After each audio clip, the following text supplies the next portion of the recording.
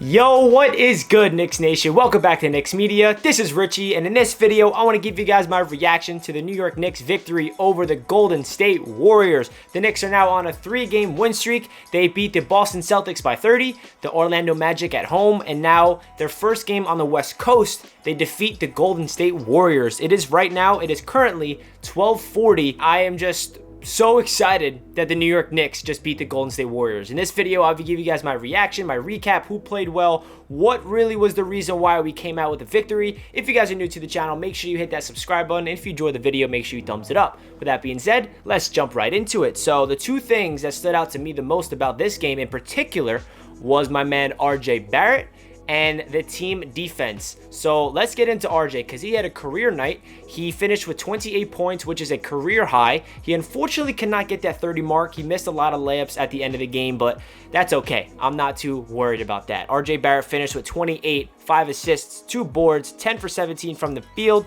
2 for 3 from three-point land, 6 for 8 from the free throw line, and had a plus-minus of 13. He had an amazing game. RJ was doing his thing, hitting buckets from beyond the arc, driving to the rim.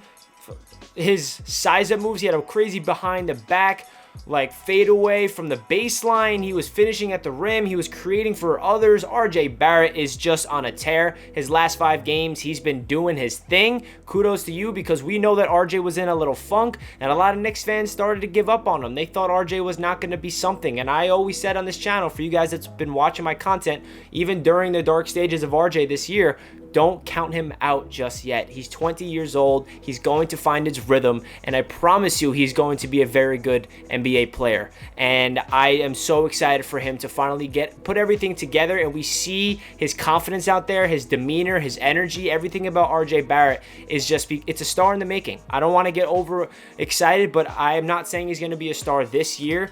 But down the line, he's 20 years old. I genuinely believe RJ Barrett is going to become a great basketball player in the NBA for the New York Knicks. So let's get into the other part, which is a huge reason why we came out with a victory, and that is the team defense. Tom Thibodeau, his scheme and his game plan going against the Golden State Warriors and Steph Curry was masterful. They forced Steph Curry to how many turnovers? Because he had a lot.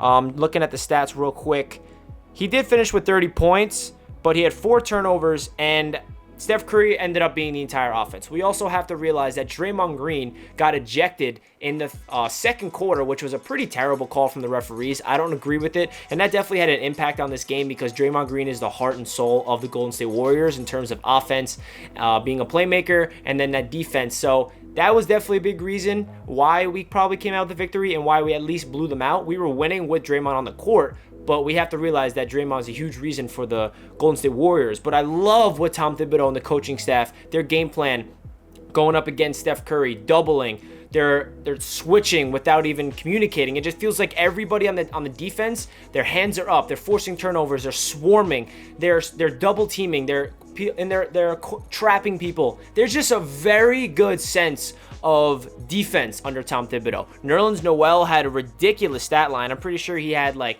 6 blocks.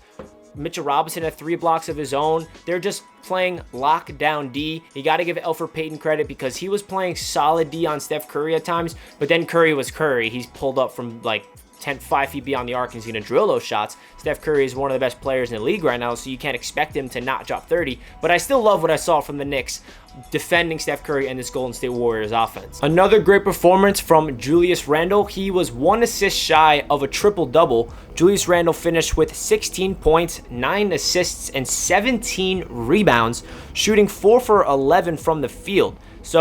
And 7 for 7 from the free throw line. Julius Randle did not have the best night shooting, but he still contributes all over the place. 9 assists is remarkable for a point forward, and 17 rebounds is amazing as well. Mitchell Robinson, he had 0 points in the first half because he was in foul trouble, and then in the second half, he had 18 points, 8 rebounds, and 2 blocks. He had 2 blocks. I said he had 3 earlier, so he only had 2 blocks, but still, he played lockdown D down low. He's such a big presence, and he's such a huge reason why the Knicks are first place in defense as a team. They're first in opponents' 3-point percentage, field goal percentage, points per game.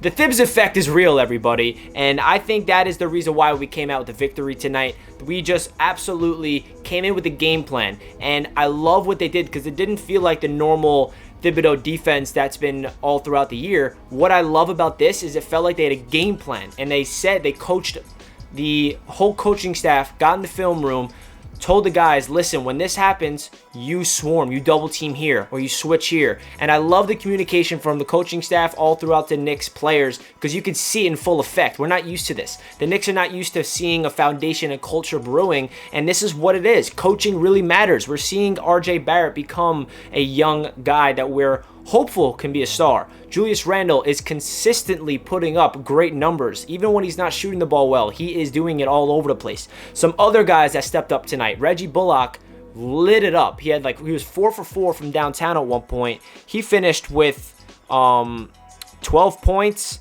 And yeah, just those 4 threes. I mean, he started off the game red hot. We needed that because we got a lead. We got a huge cushion in the first quarter. And then we kept out that momentum throughout the game. Off the bench, Emmanuel Quickley and Obi Toppin, the 2 rookies, they didn't get a lot of playing time, but they had some really timely buckets in the fourth quarter. We had 2 emphatic Obi Toppin dunks, and there was a sequence when Quickly fed Toppin a baseline crazy Amari Stoudemire looking tomahawk jam, and then followed it up by Emmanuel Quickly nailing the 3. And I'm like, oh my goodness, our rookies are doing what we want. This is exactly what we need. And that was early out in the fourth quarter, and that gave us a huge cushion to get really comfortable because Steph Curry wasn't in the game yet. And when he got in the game, it kind of was already out of reach. So I was like, okay, the Knicks are going to win this game. So I'm just super excited. I think that this Knicks team has proved that they are not back to when we were on that 5-game losing streak. I know a lot of Knicks fans, including myself, started to get a little worried. Like, oh, wait, maybe this Knicks team is not what we really thought they were. Like, they're still a young team. Like, okay, let's push through adversity. Let's see what they can do when the coaching staff can deal with it. Because this is the first time the Knicks got punched in the mouth, essentially saying, okay, we're on a losing streak right now. We need to really get our shit together and start winning some ball games. And here we are, 3-game win streak. We got 3 more games on the road, reversing the Sacramento Kings and then the Portland Trailblazers, I believe, and then the Utah Jazz on the West Coast before we come back home. So I'm just super excited. Also, I got to mention it's Alec Burks' first game back from injury. He did not have the greatest game. He shot 2 for 7 from the field, but he did knock down a 3-point jump shot, and he's still getting his feet wet. I like that he got in rhythm, and he finished with 11 points. He did a lot of work from the free throw line, and yeah, I'm just super excited that the Knicks are 500. We are 8-8. We are in the playoffs right now. If it was end today, you guys saw my my record prediction early on in the year. My record prediction for the Knicks was, at least early on in the year, I was like, we're going to struggle. I don't expect this Knicks team to do well in our first 15 to 16 games. I expect us to be like 4-12, that range. I really thought that. And I thought that the Knicks were going to gain momentum as the year goes on, as all the players buy into the system of Coach Thibodeau.